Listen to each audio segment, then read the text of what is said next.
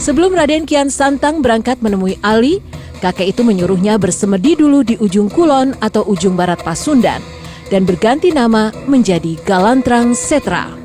Setiba di tanah Mekah, ia langsung mencari orang yang bernama Ali, sampai akhirnya bertemu dengan orang yang tidak dikenal di Arab. Orang itu bersedia mengantarkan Raden Kian Santang bertemu dengan Ali, dengan syarat ia mampu mengambil tongkat yang telah ditancapkan di sebuah tempat. Raden Kian Santang tak menolak syarat tersebut. Ia mengambil tongkat yang telah tertancap di pasir. Tapi yang terjadi, Raden Kian Santang tidak mampu mencabut tongkat itu, walaupun ia telah mengerahkan segala kesaktiannya. Bahkan ia sampai mengeluarkan keringat darah. Melihat Kian Santang yang tak mampu mencabut tongkatnya, pria tua menghampiri dan mencabut tongkatnya sambil membaca Bismillah. Tongkat itu pun dapat dicabut dengan sangat mudah. Kian Santang heran, dirinya sampai mengeluarkan keringat darah, sedangkan pria itu dapat dengan mudah mencabut tongkat itu. Menurut legenda, pria itu adalah Ali. Kian Santang akhirnya kembali ke tanah Sunda sambil membawa niat untuk membujuk ayahnya supaya mengikuti ajaran yang dianut Ali. Sesampainya di Pajajaran, ia menceritakan kejadian yang dialaminya selama di Mekah. Akhirnya, ia berharap ayahnya bersedia mengikuti ajaran yang dianut Ali. Namun, Prabu Siliwangi menolak ajakan putranya itu. Kian Santang sangat kecewa mendengar keputusan ayahnya. Karena dapat penolakan dari sang ayah, ia kembali ke Mekah. 7 tahun kemudian, Kian Santang kembali ke Pajajaran. Ia mencoba lagi membujuk ayahnya. Mendengar putranya ingin kembali, Prabu Siliwangi menyulap keraton Pajajaran menjadi hutan belantara. Kian Santang sangat kaget melihat keraton Pajajaran telah berubah menjadi hutan rimba.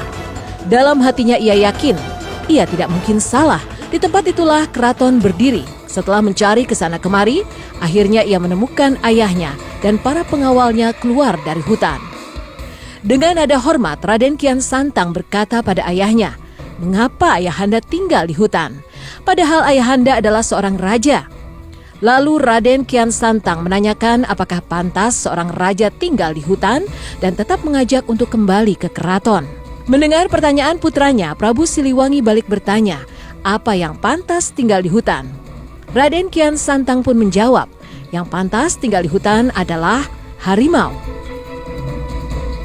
Konon Prabu Siliwangi beserta para pengawalnya tiba-tiba berubah wujud menjadi harimau. Raden Kian Santang menyesal telah mengucapkan kata harimau, hingga ayah dan pengawalnya berubah menjadi harimau. Meskipun ayahnya telah berubah wujud menjadi harimau, Kian Santang tetap berusaha membujuk ayahnya.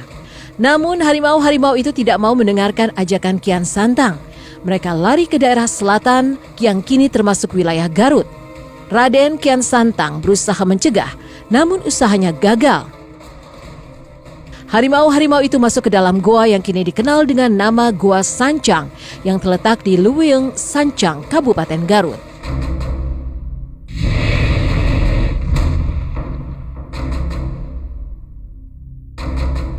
Masih banyak legenda dan kisah mistis yang menarik untuk disimak. Pastinya akan membuat pemirsa semakin penasaran akan kebenarannya. Legenda-legenda yang masih menjadi misteri dan kisah mistis tersebut akan kembali sesaat lagi. Hanya di Legenda Sang Penunggu.